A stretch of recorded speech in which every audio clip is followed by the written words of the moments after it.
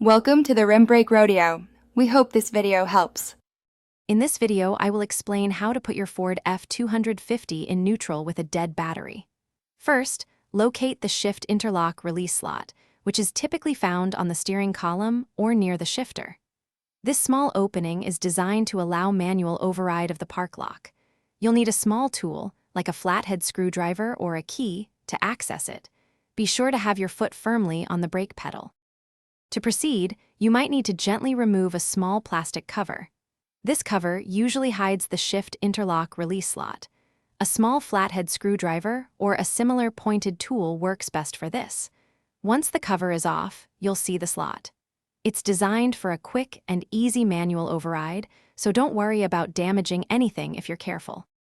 Now, with your tool inserted into the release slot, firmly press and hold the brake pedal. While keeping the brake pressed, you can now move the gear selector from park to neutral. You should feel the shifter move freely. It's crucial to ensure your F250 is on a level surface before you shift to prevent any unexpected rolling.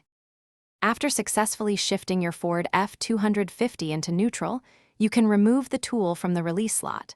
For safety, always remember to chock the wheels immediately to prevent the truck from rolling, especially if it's on an incline. Your vehicle is now ready for towing or for you to attempt a battery jumpstart. Stay safe and take your time with these steps. Thanks for watching. Consider subscribing if we helped you.